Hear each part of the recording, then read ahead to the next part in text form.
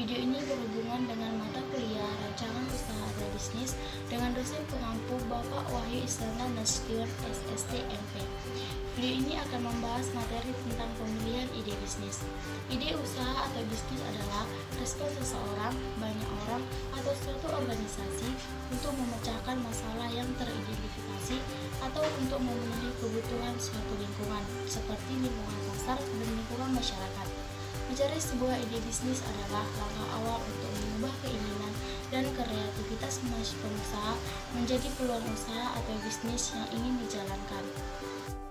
Ada beberapa sumber ide bisnis. Yang pertama, kebutuhan dan permintaan pasar. Dengan melihat kebutuhan dan permintaan pasar, maka bisnis atau usaha akan menarik konsumen sehingga produk dari usaha mudah terjual dan bisnis akan terus-menerus berjalan. Yang kedua, keahlian dan keterampilan. Bisnis yang didasarkan pada keahlian dan keterampilan dan sudah dikembangkan secara terus-menerus dalam waktu yang cukup lama akan menjadikan seseorang untuk mendapatkan peluang usaha pada bisnis yang ingin dijalankan. Yang ketiga adalah survei. Dengan adanya survei, maka kita akan mengetahui apa saja keinginan pelanggan, kebutuhan pelanggan, serta bagaimana alasan pemilihan produk atau jasa oleh pelanggan. Survei dapat dilakukan secara formal atau tidak formal, melalui berbagai percakapan, kuesioner, atau melalui wawancara kepada konsumen jika seseorang betah pada bidang tersebut, yang menjadikan seseorang fokus pada bisnis yang ingin dijalankan. Yang kelima, kreativitas. Kreativitas seseorang dalam menciptakan produk yang unik dan bermanfaat bagi banyak orang akan menjadikan bisnis tersebut menjadi peluang usaha yang akan menguntungkan. Yang keenam, jaringan dan relasi. Semakin luas jaringan dan relasi, akan semakin besar kesempatan kita untuk menawarkan barang dan jasa yang kita miliki atau bisnis yang sedang kita jalankan. Yang ketujuh yaitu pengalaman dan pekerjaan. Dengan adanya pengalaman dan pekerjaan, maka mendorong kita untuk lebih tekun dalam menjalankan bisnis yang sedang kita kembangkan. Karena pengalaman menjadi sesuatu yang sulit dilupakan sehingga menjadi peluang bisnis yang baik. Yang kedelapan yaitu nasihat dan saran. Melalui nasihat dan saran, kita akan mendapat banyak pelajaran tentang bisnis dari orang lain. Yang kesembilan yaitu media massa dan pameran.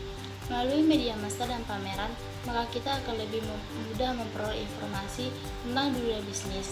Yang ke-10 yaitu pencarian ide dengan penuh pertimbangan. Melalui pencarian ide, maka kita akan dapat mempertimbangkan ide bisnis yang baik bagi usaha yang ingin kita jalankan. Selanjutnya, kita akan membahas teknik mendapatkan ide bisnis. Menurut Douglas 1996, terdapat beberapa teknik untuk mendapatkan ide bisnis, yaitu yang pertama, tukar pikiran.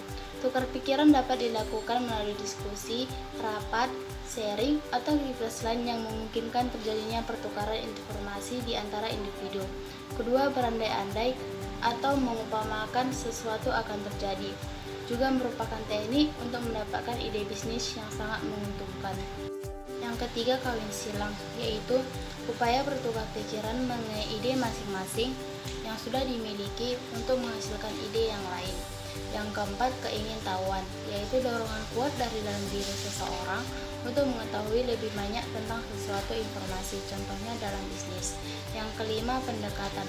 Pendekatan tidak langsung, ini merupakan upaya untuk membahas bagian ide yang akan dikembangkan, karena kemungkinan tidak semua ide yang akan dibahas secara menyeluruh. Yang keenam, meditasi, merupakan teknik menghasilkan informasi atau memusatkan pikiran dan perasaan. Selanjutnya kita akan membahas seberapa penting ide bisnis. Bisnis dapat menentukan apa jenis bisnis, siapa target atau pasar, bagaimana cara Anda menjual produk atau lebih dikenal dengan strategi pemasaran, dan produk yang menjadi pilihan yaitu produk yang dirasa cocok untuk diproduksi. Dengan adanya berbagai macam bisnis, para wirausaha dapat mampu bersaing dengan bisnis barunya, sehingga dapat disimpulkan bahwa penciptaan ide bisnis merupakan penciptaan gagasan yang masih bukan suatu bisnis yang baru dan berbeda. Dalam pemilihan ide bisnis, kreativitas sangat berpengaruh. Ya, kreativitas berpengaruh terhadap strategi dalam mencari peluang bisnis. Setiap orang pada dasarnya sudah memiliki kreativitas, namun dalam dirinya kreativitas tersebut perlu diasah dan dikembangkan. Selanjutnya, kita akan membahas bagaimana mengembangkan ide bisnis. Ada beberapa langkah untuk mengembangkan ide bisnis. Yang pertama, menentukan sumber ide bisnis. Sumber ide bisnis biasanya datang dari dalam diri sendiri atau diberitahu oleh orang lain, hasil tukar pikiran, diskusi dengan teman, atau ingin meniru ide bisnis dari sebuah bisnis yang sudah dijalankan. Yang kedua, menentukan ide bisnis yang bagus.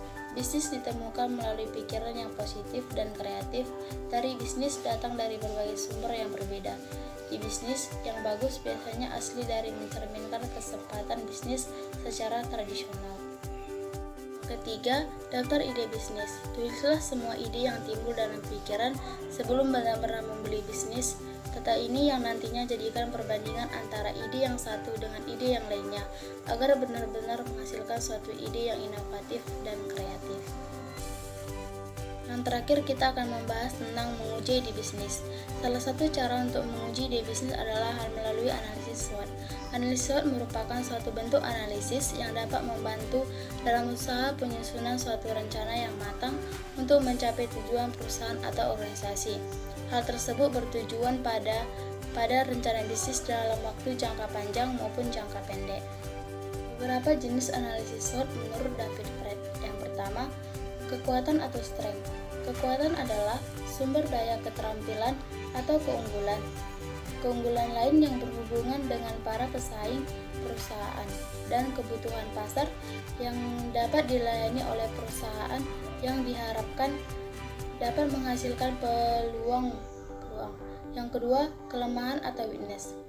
Kelemahan adalah keterbatasan atau kekurangan dalam sumber daya keterampilan dan kapasitas yang secara efektif menghambat kinerja perusahaan. Yang ketiga, peluang atau opportunities adalah hal penting yang menguntungkan dalam lingkungan perusahaan, seperti perubahan teknologi dan meningkatnya hubungan antara perusahaan dengan pembeli atau pemasok, merupakan gambaran peluang bagi perusahaan. Yang keempat, ancaman atau threat. Ancaman merupakan pengganggu utama bagi posisi sekarang atau peluang yang ingin diraih oleh perusahaan. Sekian materi yang dapat saya sampaikan tentang pemilihan ide bisnis. Semoga materi tersebut dapat bermanfaat buat kita dalam mendukung pembelajaran kita terutama di dalam bisnis. Dan saya ucapkan banyak terima kasih dan sampai jumpa kepada teman-teman.